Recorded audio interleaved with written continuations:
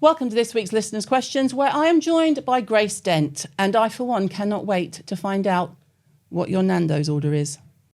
Okay, first question is, hi Grace and Caroline, what are your death row meals? Starter, main, dessert and drink.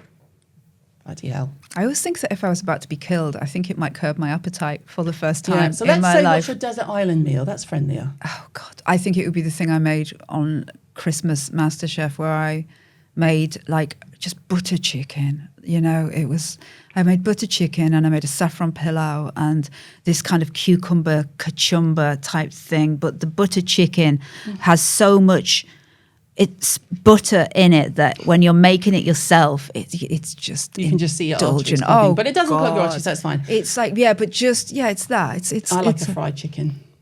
It'd be with fried chicken with a breadcrumb. With a proper. It has to crunch. And I love a chicken skin. Like when you bite and the skin, I'm an animal in that way. I'm sorry to the vegans out there. But I fried chicken, I'll just be like, this first thing I see. Yeah. I could live without a dessert. I don't have a sweet tooth really, although I did eat a load of ice cream last night for some random reason. She asked for a starter. She asked for a main course, but she asked for a dessert. The dessert would be some kind of, right, do you know what I never allow myself? And it's banoffee pie, right? I do like a banoffee because pie. Banoffee pie is always everything else is about 400 calories, and then the banoffee pie, God knows what they put in it. It's about 1,000 calories. Oh, I did make a banana cream pudding for my brother's birthday. I'd do like from the south of Mississippi, a banana cream pudding. Could be my dessert. The last thing I want to eat before I die is one of those those proper 70s kind of northern puddings, like spotted dick. Like something really cloying. I want something with suet in it, and I'm going to have it with a tin of custard. I don't want creme anglaise, right? Oh. I want a tin of custard, and I'm going to eat the custard with a spoon cold. Oh, yeah. Oh, absolutely. Cold custard. And then I'm just going to say, right, you can shoot me I'm now. ready now. Okay. Hi, Grace. I love your podcast, but I'm wondering, what is your go-to comfort food when you need a pick-me-up? Rice pudding. Oh, I fucking love a rice pudding. My nanny used to make rice pudding. She'd go to Hungry Pet and make me a rice pudding, be ready in half an hour. I can't do it. I don't know how to do it. A homemade rice pudding that comes out and the top's got crispy and brown. Crusty brown rice pudding. Oh, yeah. My God. Maybe and just the same family. Eating it standing up over a hob, going, I'll stop in a minute. It's finished. Tragic. If you could host your dream dinner party and invite 3 people, dead or alive, who would they be and what would you serve them? That's very dramatic. Don't worry about what you'd serve them. Who would they be? I would have, do you know, this question. Well right. done, Sophia. When I did A-level history and I studied Queen Elizabeth I, and I've always been fascinated by her. So I don't know what level of bizarre she would be, but I would have her. I'd have Tracy Emin. I think that would be a nice spicy mix. Love Tracy Emin. And Joan Collins. Oh, I love Joan Collins. So I've got 3 parts of my life there. That's going to be a quiet dinner. I think Joan and Tracy are friends. I was at the launch of Joan Collins' beauty range, and she walked into Claridge's. We're all waiting there with bated breath because it's Joan Collins. Yeah. So we're all waiting. She had the Chanel clutch under her arm. She walked in and she was like, "Hi, everyone." She just took the Chanel. She just threw it into the corner of the room, and everyone went, "Ah!" And then went back to and her assistant was behind and just went, "Oh, leave it, it's fine." She just threw it into the corner where she could see it, but she threw the Chanel and she just like a frisbee. Vroom.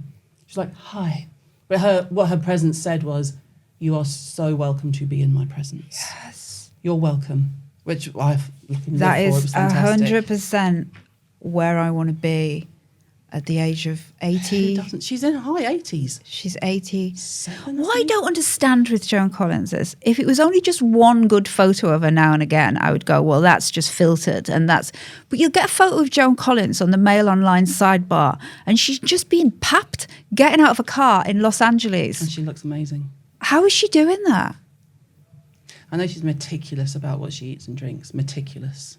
She's still doing like the Hollywood diet that the starlets did.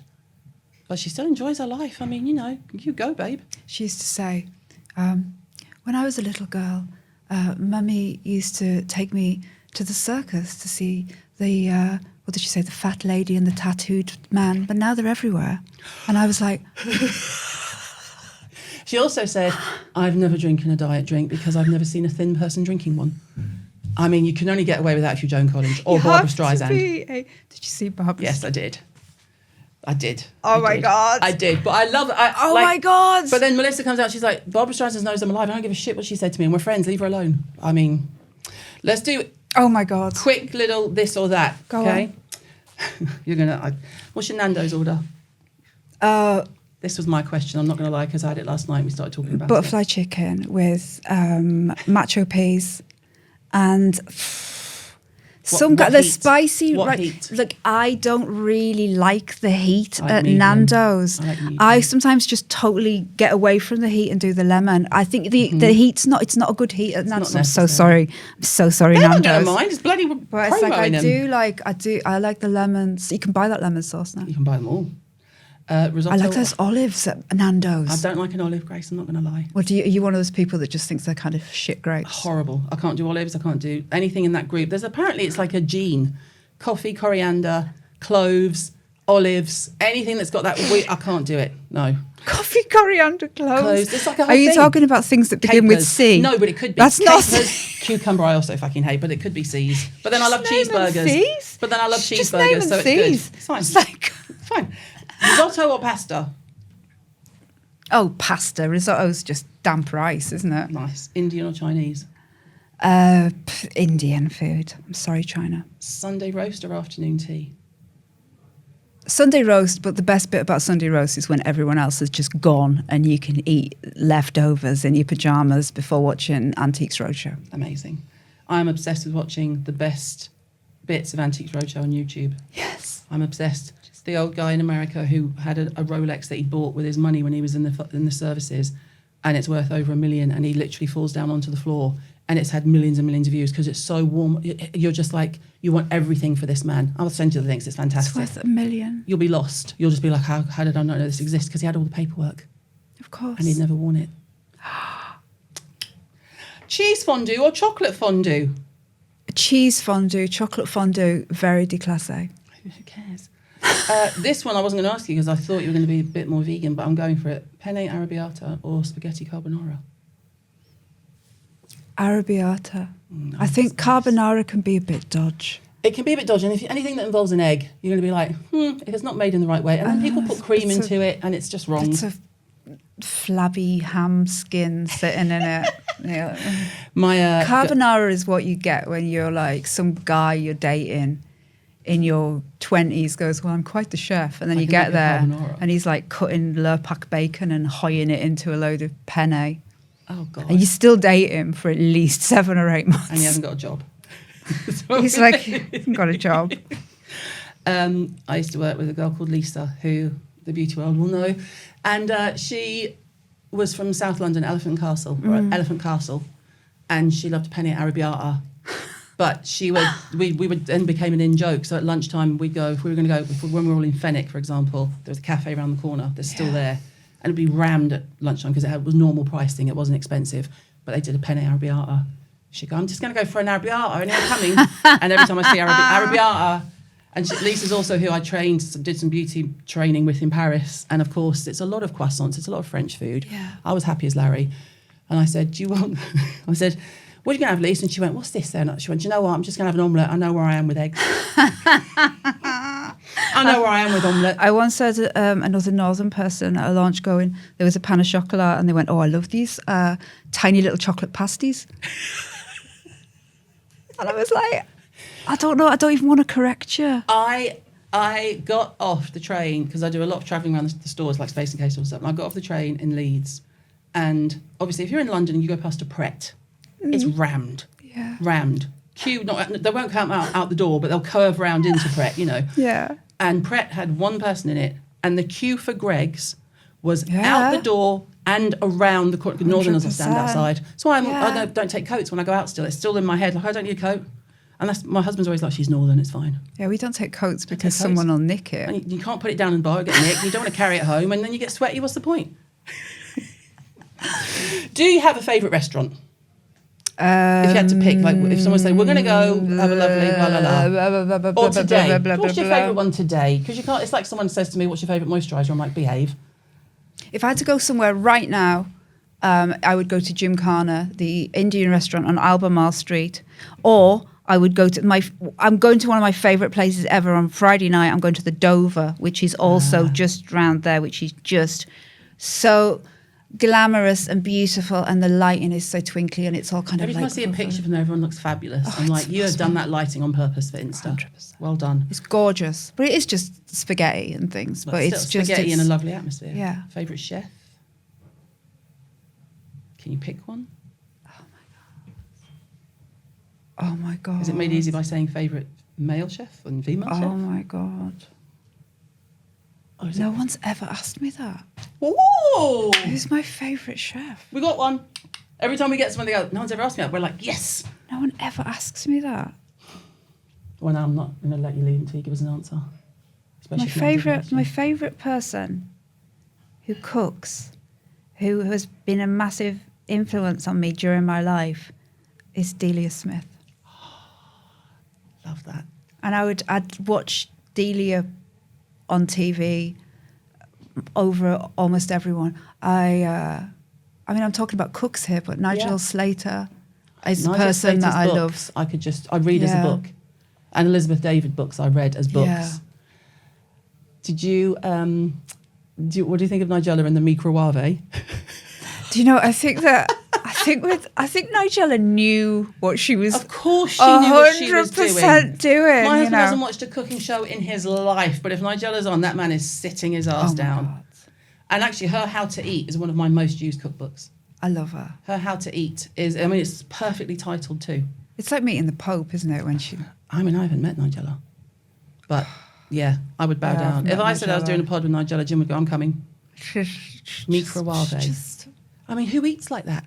And it's like all the nods to the camera, like you know what this sauce is. I'm like, you're literally having sex with my husband's eyes right now. I mean, she knows what she's doing. Oh, fair play.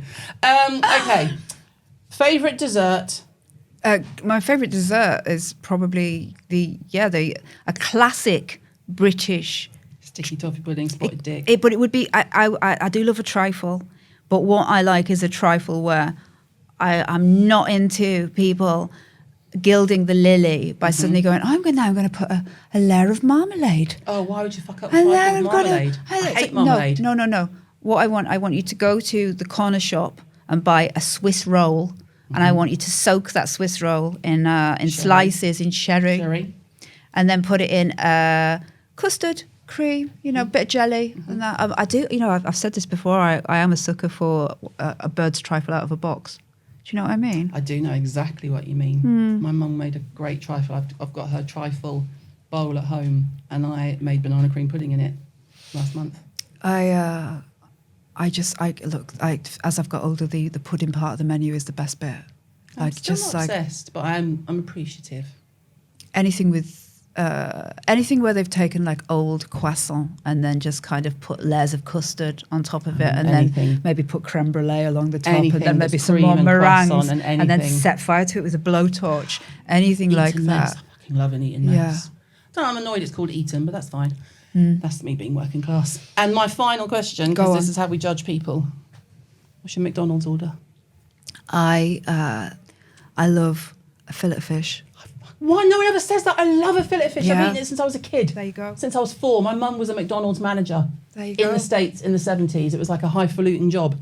Fillet of fish nearly every day for like 5 years. If me and you had to go into Mackie D's now, I'm getting 2 fillet of fishes because they're very small. They're only small, a bite. And I sometimes, if the bread isn't attached properly, I take it off and I save the calories and I'll have another fillet of fish. And then I would have a large fries, and I would dip it into the curry sauce.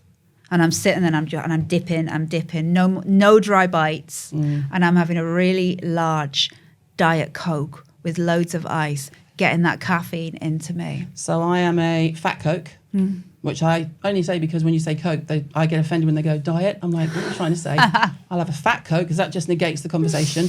I want a 1/4 pounder of cheese with a fillet of fish chaser. Yeah. And if the chips are fresh, I'll go. But I'm not wasting the calories if they're not fresh out the fryer. There's nothing worse than a cold chip. I want them hot, and I want them so crusty with salt that I'm actually worried I might kill myself. Fat Coke, 1/4 pounder of cheese, fillet of fish chaser.